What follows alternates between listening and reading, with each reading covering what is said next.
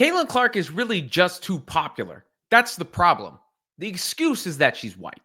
The problem is that she's too popular.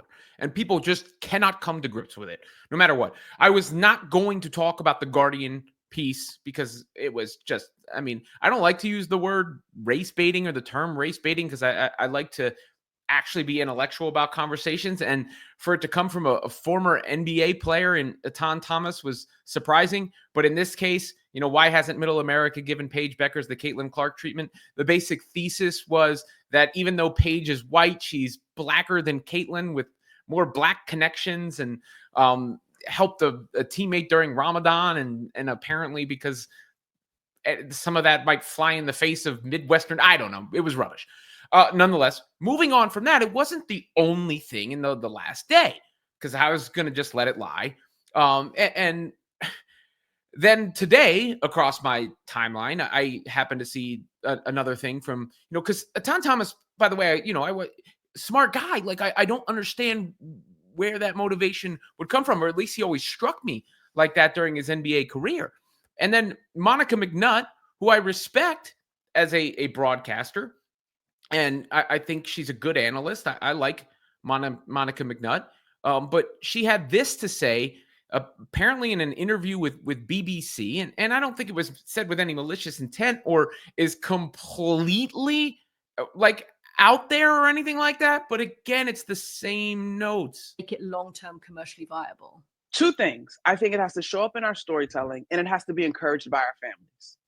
Yeah. To me, right? And so covering the WNBA this past season, Caitlin Clark's rookie year, for all of the conversation that surrounded her, some which was fair and some which wasn't, the one thing that I cannot deny is the amount of little girls that were showing up to follow her, little girls with their parents and the fervor and the energy there. Why her? Same thing. Why her? Well, I was just about to say same thing for Angel Reese when I had a chance to cover their games, but I think Caitlin represented, and again, some of this to me probably is not fair to her because it was not anything that she said or was truly based on her personality, but she was a white girl from the middle of America. And so she represented a whole lot to a lot of people, whether that is truly what she prescribed to or not. We can all say she is a dynamic basketball player and a force both on the court and the marketing sense. But I do think, same thing with folks that may have fallen in love with Angel Reese that she may or may not have agreed with everything they had to say either. We attach our fandom to these icons for all types of reasons, and sometimes they may not be based in all truth. So, look, I like I said, I think Monica is smart and I like her analysis, but she needed to flip that. You flip it. Basketball was first. Like, I don't know how many different ways I could say it. I've said it a million times. Maybe I'm just wasting my time. But Caitlin Clark's basketball brilliance stood out. That's why she got popular in the first place. She was blowing up before the Angel Reese thing. She was. The ratings show it. The numbers show it. The highlights spreading show it. Caitlin Clark stood out to me because she's the best girl basketball player I ever seen in my life. Not to say she's the most accomplished, but when I watched her, that was my instant reaction. Wow. And it's not just little girls. A bunch of dudes came over too.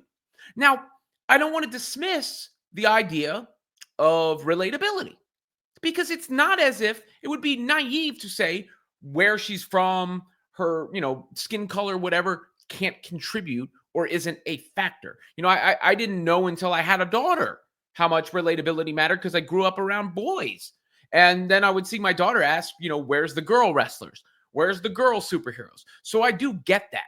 And I've talked about the Eminem effect where maybe, Eminem being a white rapper brought white fans into the rap game, though I don't think it's quite as analogous because it's much less rare in this case. Caitlin Clark is far from the first excellent white women's basketball player. Sabrina Ionescu, if you want to talk about another guard who has a high-selling shoe, who is white, why didn't she blow up the same way? She might have gotten popular, but not to the phenomenon level that Caitlin Clark did. And then at the same token, Angel Reese has the little girls that she mentioned there. Angel Reese certainly isn't the first black player to, make it to the WNBA. Now, this moment, I won't deny its impact either because of how widely covered it was, how much it's been discussed since. So you can't minimize it as something that didn't bring in a lot of casual interest and some of that casual interest maintained. But That was not the catalyst. I made videos and covered Caitlin Clark before that for Sports Illustrated because she was blowing up, right? Like, because of that. The ratings for her games before that were huge. She was setting Big Ten network records before that. The next year, they continued without, it wasn't all about Angel Reese. When she plays games that aren't against Angel Reese, they still do huge numbers. Angel Reese has developed her own following. This is not about Angel Reese versus Caitlin Clark. It's, they happen to exist at the same time as this explosive rise. So yeah, of course, maybe more little girls are involved now. And of course, more little girls came in now. Just more people came in now, period. But the real struggle, I think, is just accepting Caitlin Clark's popularity and being okay with it. Like Lisa Leslie. Lisa Leslie, definitely okay. She was on with USA Today's Sports Seriously. I think it's all about money, marketing, and we cannot deny what Caitlin Clark has done for the women's game. I'm not going to act like it's something that we don't see. She's had a huge effect called the Caitlin Clark effect. Yes, have we ever had teams have to get into larger arenas to play against a team? No, we have not. So if we have more eyeballs on the game and Caitlin Clark brings that, why would we feel some kind of way because she has more television games? I think we have to understand that when one player eats, we all eat. And as we all get more opportunities, it just opens it up for everyone else. And I think Caitlin has said that even herself in certain interviews. And I love that. I love that she's not the player who's like, it's all about her. It's not. She's giving love and homage to those of us that have come before her.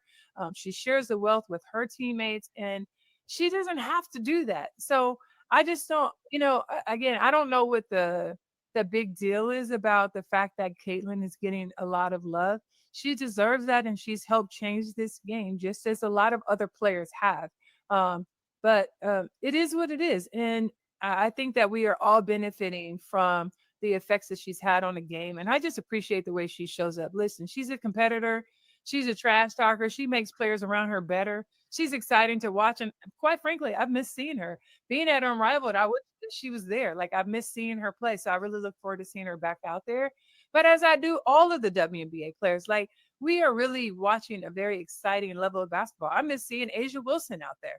Like, she's, to me, still one of the best players in the world. So it's been great seeing Nafisa Collier out there. I think she's in the talk for being one of the best players in the world. Like, so I feel like the competition is there. You got to go out there and prove yourselves. And listen, are we going to get upset about 5, 6, 10 games less on television or not? I don't think we should. We have access to find these games now in a way that we never had before. And we have to appreciate that, and all these platforms that support the W. So, hey, listen, Caitlin, I am so thankful for her. I'm thankful for all of these women and where this game is. And we have to step back and see the big picture and how it's impacting all of us. So, I mean, yeah.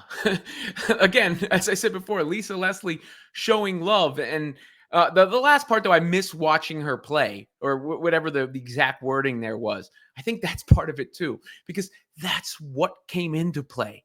That's where the popularity began, watching her play. And it's just been a minute since she's been on the court.